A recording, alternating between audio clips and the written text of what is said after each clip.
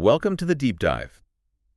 Buckle up, because today we're going right into the heart of India's economic engine. We're talking steel, specifically the colossal force that is JSW Steel. Imagine a company not just dreaming big, but actually putting down, what, a staggering 20,000 crore this fiscal year alone. So the number, yeah, it's huge. But here's the kicker. While they're charging full steam ahead, there's this dramatic legal battle. Yeah. Almost feels ripped from the headlines, right? Absolutely. And it's threatening to derail a key piece of their whole strategy. For you listening, someone who wants the real story without maybe the corporate spin, this is, well, it's a masterclass in ambition, meeting real-world complexity. It really is. What we're seeing with JSW Steel is this fascinating collision. You've got these massive expansion plans colliding head-on with the unpredictable nature of, legal and regulatory landscapes. So we're going to dissect their ambitious vision, look at it against the backdrop of India's booming steel demand, and then really dig into that surprising Supreme Court decision about their Bhushan Power and Steel acquisition. BPSL, yeah. We've sifted through, all the recent reports, trying to separate the signal from the noise, really, to bring you the core insights you need to understand what's actually going on.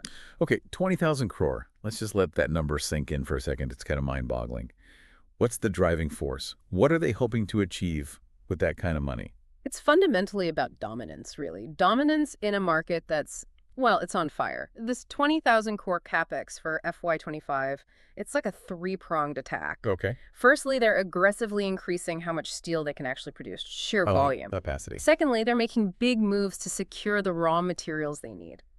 Feeding those mills. Yeah. Investing heavily in their own mining operations. And thirdly, they're strategically shifting towards higher value, more specialized types of steel, the kind that go into, say, advanced industries, not just your basic construction girders. So not just more steel, but the really high-end stuff that commands a premium price. Can you give us a sense of the scale of this production push? What kind of numbers are we talking about? Well, they're aiming to ramp up their production to an astounding 43.4 million tons per annum mtpa. Wow. And that's by September 2027. Now, to give you some context, they're currently at about 28 mtpa. Okay, so that's a huge jump. It's a massive jump. We're talking about adding capacity that's equivalent to the entire steel output of some significant steel-producing nations. Incredible. Key to this are projects like the new 5 million ton plant coming up in Dolvi, Maharashtra. Right. And the recently expanded capacity at their flagship Vijayanagar facility in Karnataka. And when you say high-value steel, what does that actually mean? Like, what kind of industries are going to be using this stuff? Think about sectors with really stringent performance requirements, and higher profit margins. For example, high-strength automotive steel. Ah, for cars. Exactly. Yeah. Crucial for car manufacturers who need lighter yet safer vehicles. They're also investing in galvannealed lines. Galvannealed? Yeah, these apply specialized coatings to steel, make it highly resistant to corrosion, vital for many industrial applications. And a particularly interesting move is this plate mill in Anjar. Okay. It's specifically geared towards supplying the defense sector. Think a robust, specialized steel for everything from naval vessels to armored vehicles. From car bodies to battle tanks, that's quite a range. Now, this investment in raw materials is interesting. Over 4,000 crore into mining. Where are they setting up shop? And I guess, why is this vertical integration so crucial? Yeah, good question. They're developing iron ore and coking coal mines across Karnataka, Goa. And quite notably, they're making a significant investment down in Mozambique. Mozambique, okay. Well, the Mozambique angle seems particularly strategic. Compared to traditional coal sources like, say, Australia, Mozambique offers geographical proximity. Closer shipping? Potentially, yeah. Faster shipping times, and maybe it insulates them a bit from the price volatility of those more distant international markets. Owning their raw material sources just gives them greater control over costs, and ensures a more reliable supply chain, which is critical for those ambitious production targets. Right. So the growth engine is absolutely roaring. But then we hit this unexpected speed bump, the Bhushan Power and Steel acquisition, BPSL. I remember this happening back in 2021. What was the thinking behind that move? Why BPSL? Acquiring BPSL for that substantial 19,700 crore was a very calculated step. It was about significantly strengthening their presence in the eastern part of India. Ah, geographical expansion. Exactly, a region where they had a comparatively smaller footprint. BPSL brought with it an immediate capacity boost of 4.5 million tons per annum, instantly lifted JSW's overall output. And furthermore, JSW had ambitious plans to inject another, 4,500 to 4,500 crore to upgrade and expand BPSL's capacity. Initially to its full potential of 4.5 mtpa, but with a longer-term vision of hitting 10 mtpa by 2030. So a major growth driver. It was seen as a vital piece of their pan-India expansion strategy, absolutely. Yeah. And then, almost out of seemingly nowhere, the Supreme Court throws this massive wrench in the works. May 2nd, 2025, right? Yeah. Declaring the whole thing illegal and ordering liquidation. That sounds incredibly extreme. What was the court's reasoning? It was extreme. The core of the Supreme Court's decision seemed to revolve around alleged breaches of the Insolvency and Bankruptcy Code, the IBC. Okay. Specifically, the court took issue with how JSW financed the acquisition. They focused on the use of equity and something called convertible debentures. Right, the financing structure. Exactly. The court essentially argued that these financial instruments were used in a way that didn't comply with the intended legal framework of the IBC. They also expressed some criticism towards the committee of creditors and the resolution professional involved in the initial approval process, suggesting maybe a lack of proper oversight back then. Illegal. That's such a strong word. Yeah. What was the immediate impact on JSW's? I saw their stock took quite a hit. Oh, the market reacted swiftly and negatively. JSW Steel stock price dropped by a significant 5.5% pretty much on the news. Wow. Which translates to a considerable chunk of their market cap just vanishing.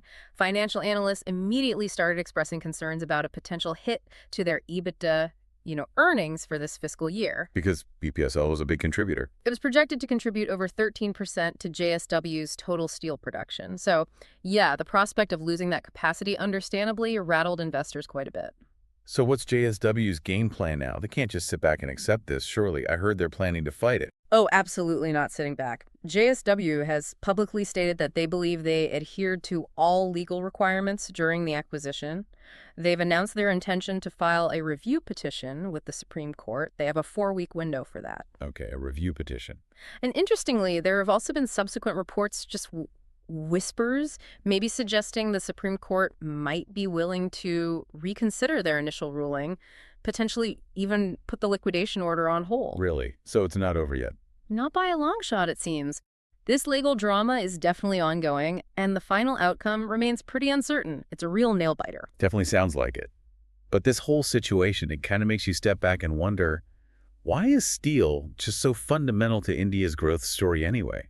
Why are these kinds of massive expansions so important for the country? Well, steel is literally the backbone of infrastructure development. Just think about it. The sheer quantity of steel needed for building everything from, sprawling metro systems, fast highway networks, sturdy bridges, affordable housing. As India continues its rapid urbanization and its economy expands, the demand for steel is just set to increase dramatically.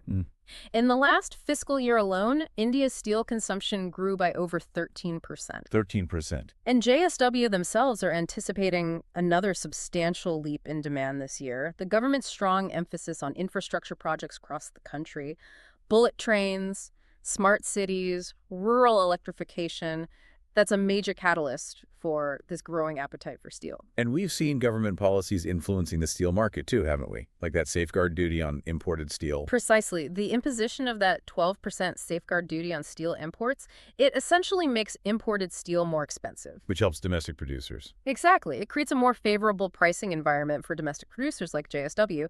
And on top of that, you've got factors like the recent decrease in the cost of coking coal, a key raw material which helps their margins. Right. And JSW's own investments in renewable energy, particularly their large 1-gigawatt project, that also contributes to potentially stronger profit margins in the longer run. Okay, let's circle back to that enormous 20,000 crore investment plan. We've touched on the main areas, but can we maybe break down the allocation a bit more precisely? Where exactly is all this cash going? Sure.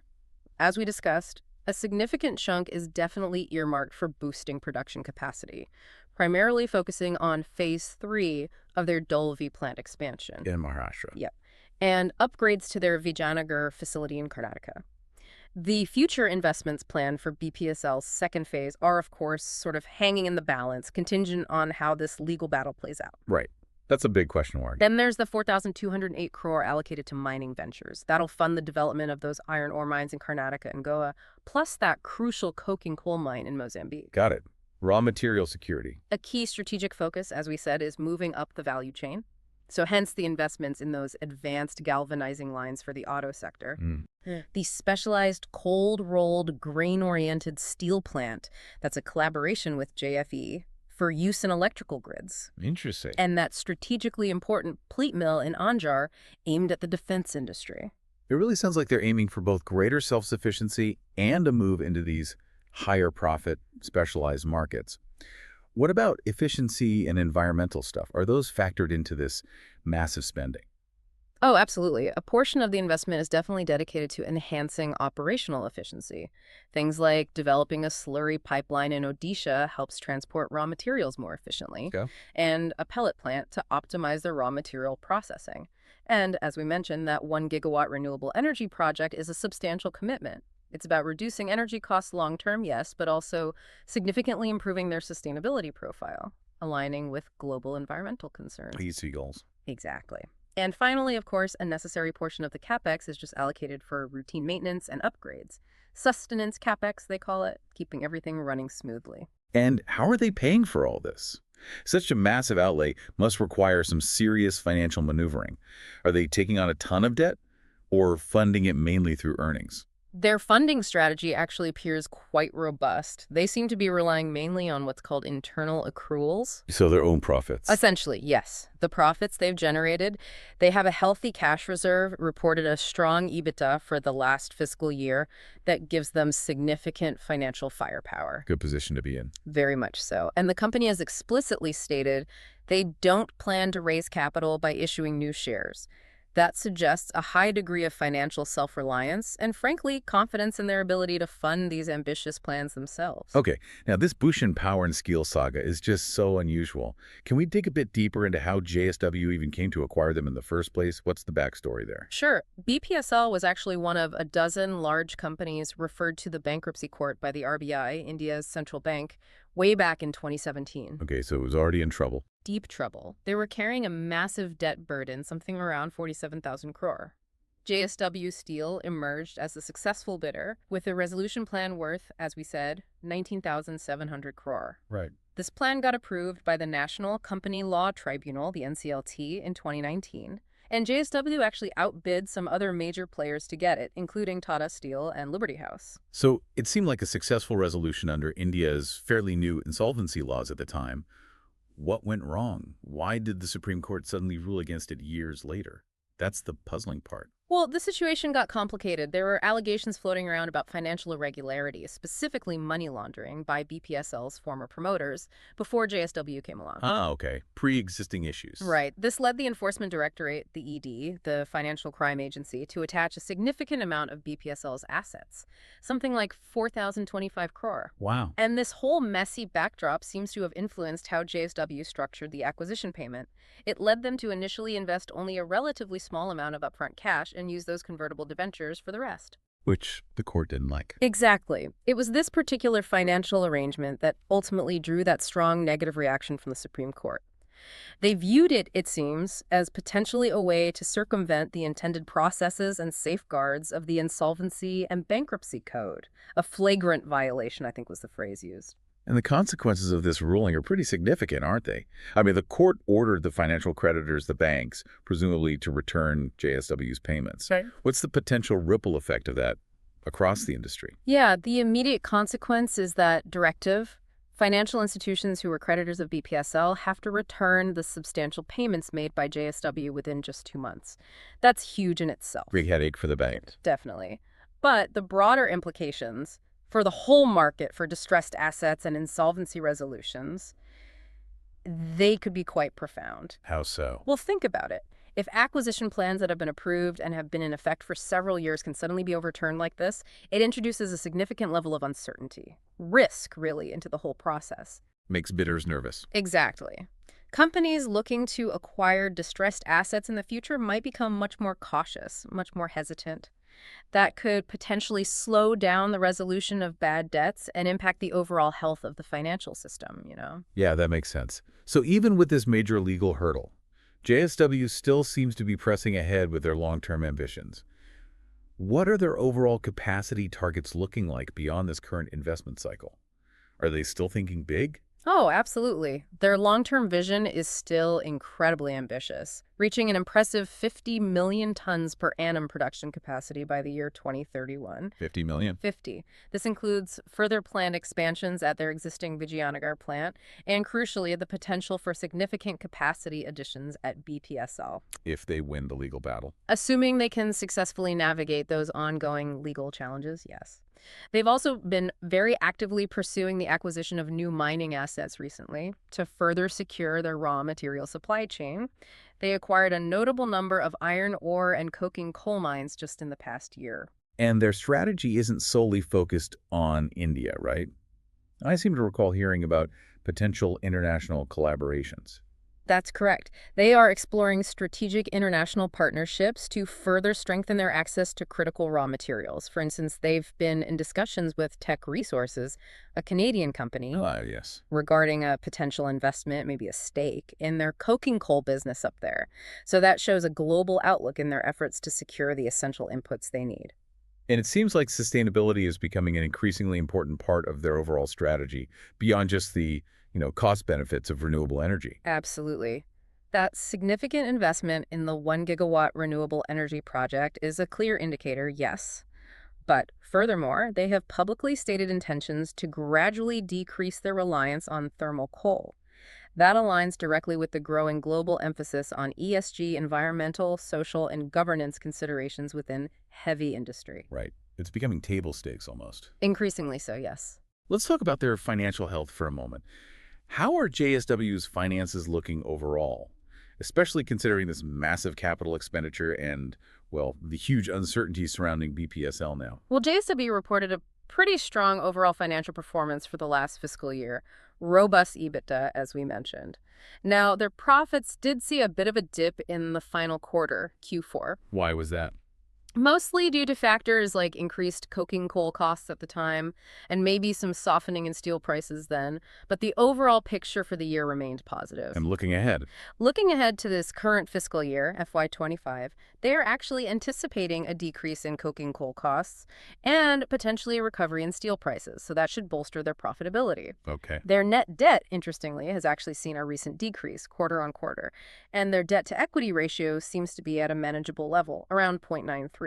Plus, their international operations, US and Italy, are showing improved profitability, which adds a bit of diversification. So, despite the legal cloud over BPSL, the overall financial outlook for JSW seems, well, fairly optimistic then. But they're not the only big fish in the Indian steel pond, are they? What's the competitive landscape look like? No, definitely not the only ones. The Indian steel industry is becoming increasingly dynamic, very competitive. There's a significant amount of new production capacity expected to come online in the next couple of years, maybe 40 middle TAPA by 2026 across the board. Wow. Key competitors like Tata Steel, they've also announced substantial investment plans, around 15,000 crore. And companies like Cheyenne Metallics are also investing heavily, about 3,900 crore for them. Everyone's vying for market share. So how does JSW stay ahead? What are their advantages? Well, JSW's competitive advantages really lie in their sheer scale of operations, first off. Then there are those strategic investments in securing their own raw materials through mining that's huge for cost control. And their increasing focus on producing those higher margin premium steel products we talked about. Right, moving up the value chain. Exactly. However, that uncertainty surrounding the BPSL acquisition does introduce a potential challenge. It may require some strategic adjustments depending on the final legal outcome. Of course. But despite this, their diversified business portfolio spanning steel, mining, renewables, it does provide a pretty solid foundation, a certain resilience. So to bring it all together then, what are the key takeaways from this deep dive into the complex world of JSW Steel? It really is a story of huge ambition clashing with some very unexpected hurdles. Yeah, the central narrative here is definitely JSW Steel's ambitious growth strategy. It's powerfully fueled by that massive investment plan designed squarely to capitalize on India's strong and growing appetite for steel. That's the engine. However, this ambition has slammed into a significant and frankly unforeseen challenge with that Supreme Court ruling on the BPSL acquisition. It injects a considerable amount of uncertainty into their immediate plans. Big time. But while the legal battle continues, JSW's underlying strengths, their strategic investments across the steel value chain, their dual focus on volume and value, it suggests they're still well positioned. They're likely to remain a dominant force in the Indian steel sector long term, even if they have to navigate this substantial legal obstacle first. Absolutely. So Yes. hopefully you listening now have a much clearer picture of JSW Steel's current situation, their really impressive growth strategy, and also the intricate complexities of operating within the Indian business and uh, legal environment. It's a really compelling case study, isn't it? How corporate ambition interacts with these real-world challenges. It really is. And it leaves us with a crucial question, maybe something for you to think about. Given the Supreme Court's intervention and what seemed like a settled insolvency resolution, what broader implications might this have for the future of similar processes in India? Yeah, that's the big one. How might companies, both domestic and international, start factoring in these kinds of, well, unpredictable legal risks when they're formulating their long-term investment and growth strategies, especially within India's rapidly expanding infrastructure and manufacturing sectors? It's a vital point to consider as the Indian economy continues its journey.